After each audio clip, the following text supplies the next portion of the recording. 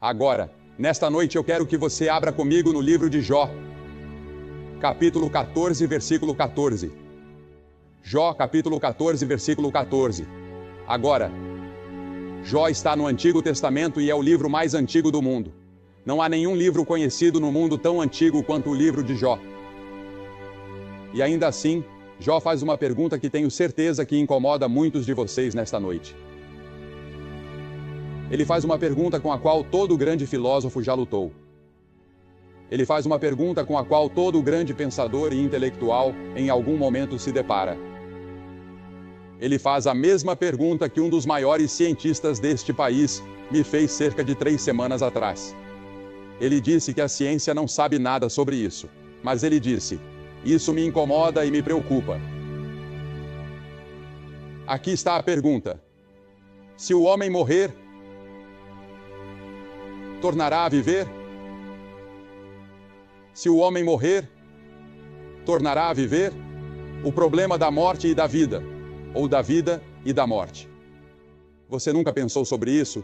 Você já foi a um funeral? Por alguns momentos você fica sério, reflexivo. Naquela noite você volta para casa, vai para a cama, pensa sobre isso. Um dia desses, vão me levar até o cemitério. Vão dizer algumas palavras sobre mim. Esse é o fim? Acabou tudo? Você sabe o que a Bíblia diz? A Bíblia diz que há um tempo para nascer e um tempo para morrer. O nascimento é um evento feliz. A morte é um evento trágico. E nós choramos. Se você ler o capítulo 5 de Gênesis, verá a lista de todos aqueles homens que viveram até ficarem velhos. Adão viveu 930 anos, mas morreu. Matusalém viveu 969 anos, mas morreu.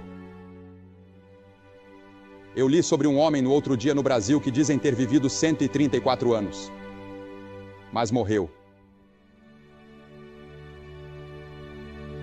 No fim de toda a vida está a morte. A vida é muito breve, diz a Bíblia. É uma história que se conta. É a lançadeira do tecelão. É uma flor que murcha. É como a erva que seca. Henry Wadsworth Longfellow expressou isso uma vez quando disse: a arte é longa e o tempo é fugaz. E nossos corações, embora firmes e corajosos, ainda assim como tambores abafados, batem marchas fúnebres rumo ao túmulo. E é exatamente para lá que todos nós estamos indo. Está ordenado ao homem morrer uma só vez. Tu morrerás e não viverás. Agora, a grande pergunta é: você está pronto para se encontrar com Deus? Porque a Bíblia diz que está ordenado ao homem morrer uma só vez, vindo depois disso o juízo. Existe algo depois da morte de acordo com este livro. Agora, mais uma vez eu digo, não posso te levar a um laboratório científico e provar isso para você, mas este livro ensina, de Gênesis a Apocalipse, que esta vida é apenas uma sala de preparação para a eternidade, a outra vida. O Antigo Testamento ensina isso, o Novo Testamento ensina isso, Jesus ensinou isso, os apóstolos ensinaram isso. Se o homem morrer, tornará a viver? Essa é a pergunta que Jó fez. Essa é a pergunta que milhões estão fazendo nesta noite. E a resposta da Bíblia é um retumbante sim. Sim. A vida após a morte.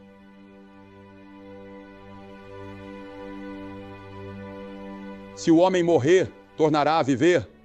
Cícero, o grande romano, disse sobre esse assunto: não tenho mais do que conjecturas. Eu passei grande parte da minha vida buscando essa resposta. A senhora Roosevelt, Eleanor Roosevelt, em uma de suas colunas há alguns anos, disse que é instintivo para o ser humano acreditar na vida após a morte. E é mesmo. Você nunca encontra uma tribo em qualquer lugar do mundo, nunca encontra uma cultura, nunca encontra uma civilização em toda a história que não acreditasse em alguma forma de vida após a morte. E quando os primeiros pais peregrinos vieram para este país, pensaram ter encontrado algumas tribos na Nova Inglaterra que não acreditavam, tribos de indígenas que não acreditavam na vida após a morte.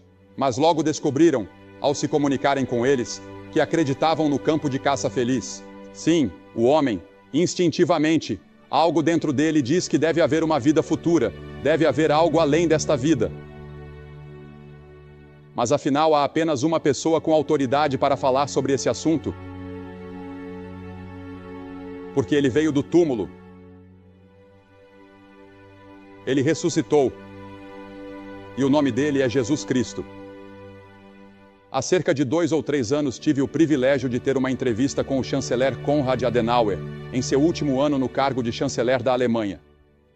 Ele me havia convidado, eu estava pregando na Alemanha e ele me convidou para ir vê-lo. E eu não sabia por quê. Fiquei bastante surpreso e, é claro, lisonjeado com o convite. E eu fui. Ele me recebeu. Um homem grande, alto, um gigante, o homem que praticamente sozinho trouxe a democracia de volta à Alemanha depois da guerra. E eu me perguntava, o que esse grande homem quer de mim? A primeira pergunta que ele me fez foi esta. Ele disse, você acredita na vida após a morte? Eu disse, sim, senhor, acredito. Eu disse, acredito que a Bíblia ensina isso. Ele disse, eu também acredito. Ele disse, estou estudando a ressurreição de Jesus Cristo. E ele disse, quando eu deixar o cargo de chanceler, pretendo passar o resto da minha vida estudando a ressurreição de Cristo. Porque ele disse, se Cristo está vivo, há esperança no mundo. Ele disse, se Cristo não está vivo, não vejo nenhuma esperança de que a civilização possa ser salva. Não é algo impressionante? Sim, Jesus Cristo está vivo. Ele ressuscitou dos mortos. E naquele dia, naquela manhã de domingo de Páscoa, naquela primeira Páscoa, quando Maria e Maria Madalena e Salomé foram ao túmulo esperando ungir um corpo morto, viram o anjo sentado ali e disseram, onde está Jesus? O anjo disse, ele não está aqui, ele ressuscitou. Eu te digo nesta noite que essa é a maior notícia que o mundo já ouviu. Ele não está aqui. Ele conquistou o túmulo. Ele está vivo.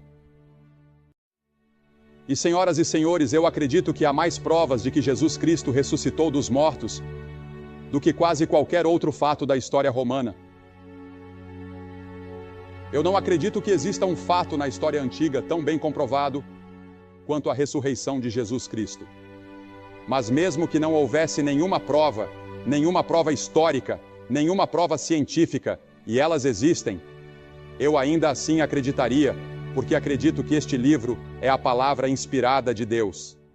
E toda a igreja primitiva andava por toda parte pregando a ressurreição de Jesus Cristo. Foi isso que abalou o Império Romano.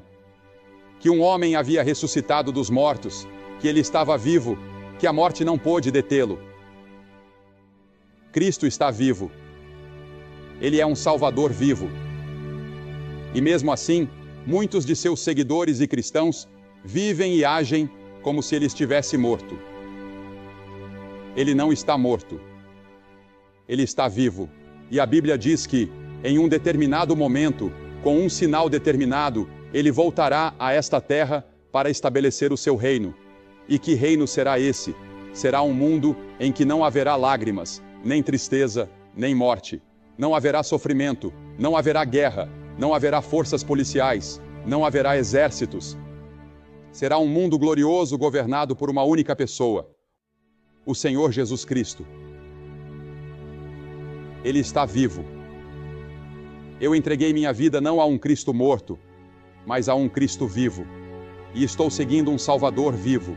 E Ele me deu uma canção para cantar. Ele me deu uma bandeira para seguir. Ele me deu algo em que acreditar. Eu tenho uma razão para existir.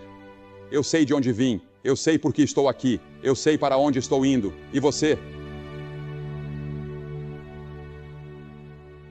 Deus disse a Ezequias, ponha a sua casa em ordem. Você vai morrer agora. Você e eu vamos morrer. Porque veja, a Bíblia ensina que você e eu temos um corpo, mas vivendo dentro do nosso corpo está o verdadeiro você. Você é uma pessoa real. E essa é a parte de você que vive para sempre. Seu corpo vai para o túmulo. Mas você, o verdadeiro você, sua inteligência, sua memória, sua personalidade, vai viver para sempre e sempre. De acordo com a Bíblia, você nunca morrerá. E você vai passar 1 milhão de anos, 1 bilhão de anos, em um de 2 lugares, segundo Jesus. Não segundo Billy Graham, mas segundo Jesus. Jesus falou muito sobre o céu, mas falou 3 vezes mais sobre o inferno do que falou sobre o céu. Os outros escritores da Bíblia não falam muito sobre o inferno, mas Jesus falava sobre ele o tempo todo, no Sermão do Monte. Já ouvi caras dizendo, eu não acredito no inferno, eu vivo pelo Sermão do Monte. Bem, você nunca leu o Sermão do Monte. Jesus falou sobre isso. Agora, o que ele quis dizer com isso? Ele disse, o Filho do Homem enviará os seus anjos, e eles colherão do seu reino tudo o que causa escândalo, e os que praticam a iniquidade, e os lançarão na fornalha de fogo. Ali haverá choro e ranger de dentes. O que ele quis dizer com isso? Mateus 25:41. Então dirá também aos que estiverem à sua esquerda, apartai-vos de mim, malditos, para o fogo eterno preparado para o diabo e seus anjos. O que ele quis dizer com isso? Ele está dizendo que o inferno nunca foi feito para o homem. Ele está dizendo que Deus nunca mandará ninguém para o inferno. Se o homem vai para o inferno, ele vai por sua própria escolha. O inferno foi criado para o diabo e seus anjos, não para o homem. Deus nunca quis que o homem fosse para lá. E Deus fez tudo ao seu alcance para te manter fora de lá. Ele até deu seu filho para morrer naquela cruz para te manter fora de lá. Porque veja, quando Deus te criou, Ele te fez um ser moral livre. Você pode viver o tipo de vida que quiser. Você pode viver uma vida boa, pode viver uma vida má. Você pode quebrar as leis de Deus, pode obedecê-las. Você pode sacudir o punho na face de Deus e não há nada que Deus possa fazer. Porque ao te criar, Ele te deu o dom da livre escolha. Você não é um robô em que se aperta um botão e você obedece. Você tem o direito de resistir a Deus, de rejeitar a Deus. Mas a Bíblia diz que apesar da nossa rebelião e rejeição, Deus te ama. Ele te ama tanto que deu seu Filho para morrer pelos teus pecados. E quando Cristo morreu naquela cruz, nós não entendemos tudo o que aconteceu ali, mas sabemos uma coisa, que Ele tomou o inferno e o juízo que você e eu merecíamos. Por causa dos nossos pecados, Ele os levou naquela cruz. E é por isso que aquela expressão terrível saiu de seus lábios. Deus meu, por que me desamparaste? Porque veja, o verdadeiro significado do inferno é a separação de Deus. E naquele momento terrível, uma sombra passou entre Deus Pai e Deus Filho. Pela primeira vez desde que a eternidade começou, Cristo estava morrendo por você. E Ele sofreu as angústias do inferno. Ele se tornou culpado de mentira. Ele se tornou culpado de calúnia. Ele se tornou culpado de inveja. Ele se tornou culpado dos pecados mais sujos e imundos. E quando esses pecados entraram em sua alma, os seus pecados e os meus pecados entraram em sua alma, Deus não pôde olhar. Porque Deus não pode olhar para a iniquidade. Deus é tão santo. Cristo tomou o inferno que você e eu merecíamos naquela cruz. Agora Deus diz, receba-o, creia nele, coloque sua confiança e fé nele, e eu perdoarei seus pecados, e eu te garantirei a eternidade em um lugar chamado céu. Está tudo disponível para você e é tudo gratuito. Tudo o que você precisa fazer é receber. Que oferta Ele te faz nesta noite? Vida eterna. Agora, a vida eterna não começa no momento em que você morre. Quando você morre como cristão, a vida eterna não começa ali. A vida eterna começa no momento em que você recebe Cristo. Agora, muitos de vocês aqui na Carolina do Sul e na Carolina do Norte e por todo o país foram criados em lares cristãos ou frequentam uma igreja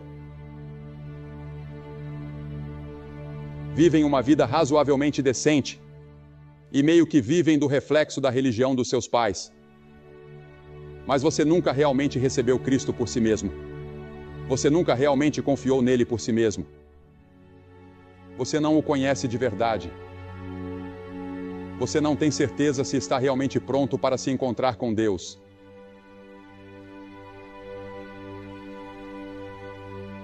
E a Bíblia diz: prepara-te para te encontrares com o teu Deus. Você está preparado? Você tem certeza de que está preparado? Veja, a Bíblia diz: estas coisas vos escrevi a vós que credes no nome do Filho de Deus, para que saibais que tendes a vida eterna. Eu posso estar aqui esta noite sem ser egocêntrico, sem ser presunçoso. Posso estar aqui esta noite e dizer a você, com base na autoridade deste livro, eu sei que meus pecados estão perdoados. Eu sei que vou para o céu. Eu sei que vou viver enquanto Deus viver, porque no momento em que recebi Cristo, me tornei participante da própria vida de Deus. Agora eu vou viver 1 bilhão de anos e terei apenas começado. Eu sei disso, não por causa de qualquer bondade minha. Eu não vou para o céu porque vivi uma vida boa. Eu não vou para o céu porque preguei para grandes multidões. Eu vou para o céu por causa do que Cristo fez naquela cruz. Porque pela graça sois salvos, mediante a fé. E isso não vem de vós, é dom de Deus. Não vem das obras, para que ninguém se glorie. Nós não vamos para o céu porque somos bons. Nós não vamos para o céu porque trabalhamos. Nós não vamos para o céu porque pagamos. Nós vamos para o céu por causa do que Ele fez na cruz. E tudo o que eu tenho que fazer é receber. E é tão simples receber Cristo, que milhões tropeçam em sua própria simplicidade. Veja, Deus tornou tudo tão simples que até crianças podem crer. Ele tornou tudo tão simples e tão fácil que um cego, um surdo, um mudo podem crer. Um homem de qualquer raça pode crer. Um homem de qualquer nacionalidade, de qualquer idioma pode crer. E isso é tudo o que Deus diz que você precisa fazer para ir ao céu. Apenas crer. Agora, essa palavra crer é um pouco mais profunda do que talvez você pense. Ela significa compromisso, significa entrega, significa que eu entrego tudo o que tenho a Jesus Cristo e confio somente nele para o meu perdão e a minha salvação. Significa que no momento em que você o recebe, seu nome é escrito no livro da vida. O seu nome está no livro da vida. Você tem certeza de que vai para o céu? Você está preparado para se encontrar com Deus? Se houver a menor dúvida no seu coração esta noite de que você está preparado para se encontrar com Deus, não ouse sair daqui sem resolver isso. Por quê? Porque você pode nunca mais ter outra hora ou outro momento como este. Você não pode vir a Cristo quando quiser. A Bíblia diz: aquele que endurece o coração, sendo muitas vezes repreendido, será quebrantado de repente, sem que haja cura. Milhares de pessoas oraram por esta cruzada. O Espírito de Deus trouxe você aqui. Centenas de pessoas já vieram a Cristo nesta cruzada. O caminho está preparado. O seu coração está preparado. O Espírito de Deus está falando nesta noite. Esta é a hora. Este é o momento. E talvez você nunca mais tenha um momento como este novamente. Eu vou pedir que você entregue sua vida a Cristo, para ter certeza de que o seu nome está escrito no livro da vida, para ter certeza de que você vai para o céu e para receber esta noite a vida eterna. E aqui está como vamos fazer isso. Eu vou pedir que você se levante do seu lugar agora. Centenas de vocês, levantem-se agora e venham aqui à frente deste palco, em pé, silenciosamente e com reverência. Eu vou pedir que ninguém deixe o culto. Por favor, levante-se do seu lugar. Homens, mulheres, jovens, você pode ser membro de uma igreja, pode ser um diácono, pode cantar no coral. Levante-se e venha aqui para frente. E depois que estiverem aqui, eu vou dizer uma palavra a vocês, fazer uma oração, entregar um material e você poderá voltar e se reunir com seus amigos. É só isso. Mas é muito importante que você venha e faça essa declaração pública. Jesus disse: se você não estiver disposto a me reconhecer diante dos homens, eu também não o reconhecerei diante do meu Pai que está no céu. Levante-se e venha agora. Há algo em vir à frente que sela a decisão no seu coração. Levante-se e venha depressa. E eu vou pedir que todos estejam em oração. Inclinem suas cabeças e orem. Orem pela pessoa à sua direita, à sua esquerda, atrás de você, na sua frente. Talvez ninguém jamais tenha orado para que essa pessoa viesse a Cristo. Muitas pessoas já estão a caminho. Levante-se, junte-se a elas e venha. Que hora e que momento maravilhoso para você vir a Cristo. Nós vamos esperar enquanto você vem.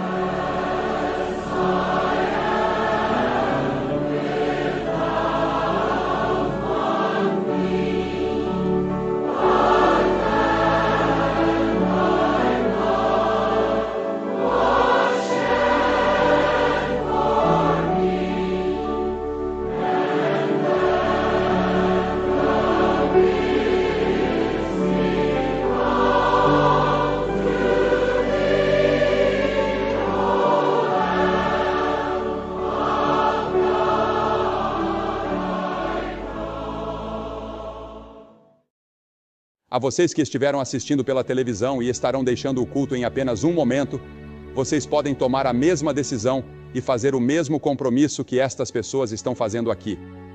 E o mesmo Cristo que entrará no coração delas e lhes dará certeza fará o mesmo por você. Talvez você esteja sentado em um bar em algum lugar, talvez esteja na sua sala de estar em casa, ou talvez esteja na casa de um amigo, talvez esteja em algum lugar incomum que eu nem consiga imaginar neste momento, e você precisa de Cristo, você precisa de Deus em sua vida. Você pode recebê-lo agora mesmo e ele pode realizar uma transformação tremenda. E então vá à igreja no domingo, converse com um pastor, conte a ele sobre a decisão que você tomou e comece a trabalhar para Cristo e viver nessa nova dimensão de vida, a dimensão espiritual. Boa noite e que Deus abençoe você.